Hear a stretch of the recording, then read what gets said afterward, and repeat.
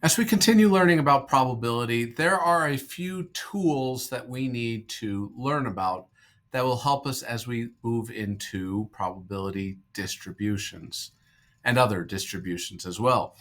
These tools we're going to summarize here in lesson 11, which I'm calling the rules of counting.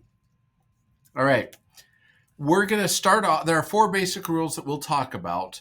In this first video, we're going to talk about the fundamental counting rule. Now, let's take a look at it this way. You have a die.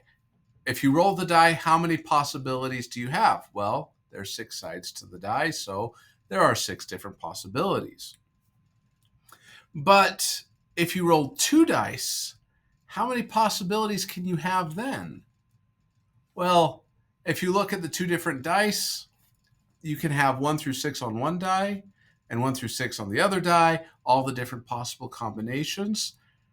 You can end up having all these different possible combinations, which totals up to 36 combinations. Okay, so 2 dice, 6 sides on each die.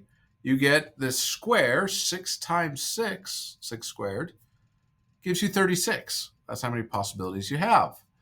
All right, so I'm summarizing them again here in the first 2 points. But what if I have 3 dice?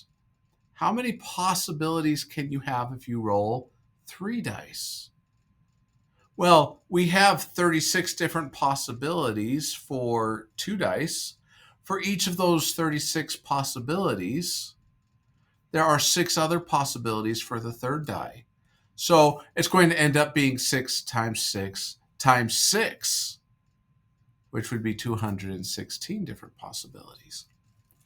And this pattern continues. If you have 1 die, there are 6 possibilities. If you have 2 dice, 6 times 6 possibilities. If you have 3 dice, 6 times 6 times 6.